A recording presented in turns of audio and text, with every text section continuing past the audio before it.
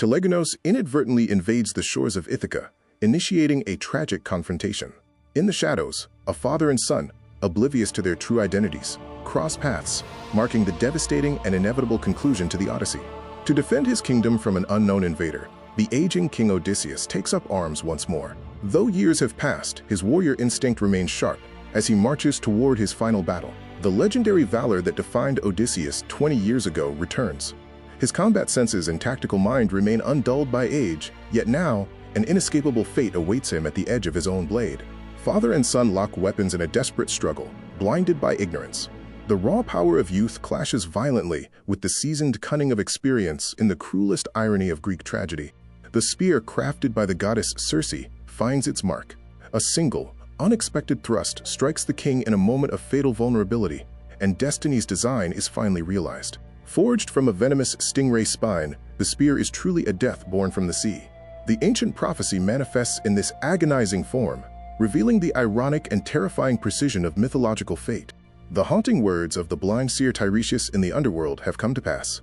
Odysseus was promised a peaceful end, far from war, yet the form of this peace was beyond any mortal anticipation. Struck down by an unforeseen wound, the great tactician falls. After 2 decades of relentless wandering and brutal warfare, death arrives at last in the most ordinary of skirmishes. Looking down at his fallen adversary, the young Telegonus asks his name. A sudden, dread-filled premonition washes over his triumph. A vital question asked a fraction of a second too late. With his fading breath, the king declares his name. It is the same identity he roared before the suitors 20 years ago, but now spoken softly in the shadow of death.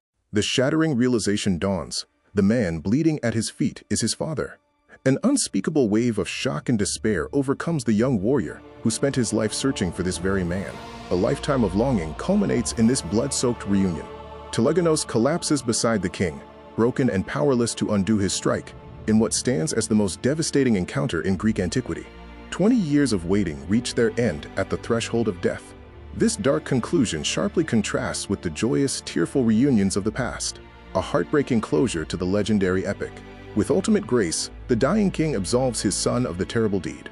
Leaving behind his struggles, he embraces the end with a serene heart, providing a final, quiet testament to his wisdom. He met his end on the very soil he fought so hard to reach. This profound irony, a fate that neither monsters nor armies could force, reflects the fleeting and fragile nature of human triumph. Tragic news of the fallen king reaches Queen Penelope and Telemachus.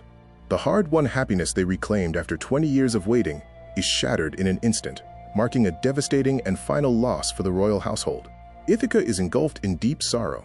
The entire kingdom is plunged into mourning as the crushing reality of their loss settles over the people. A collective, silent reflection begins on the massive legacy that Odysseus leaves behind. The highest, most sacred honors of Ithaca are bestowed upon their fallen king.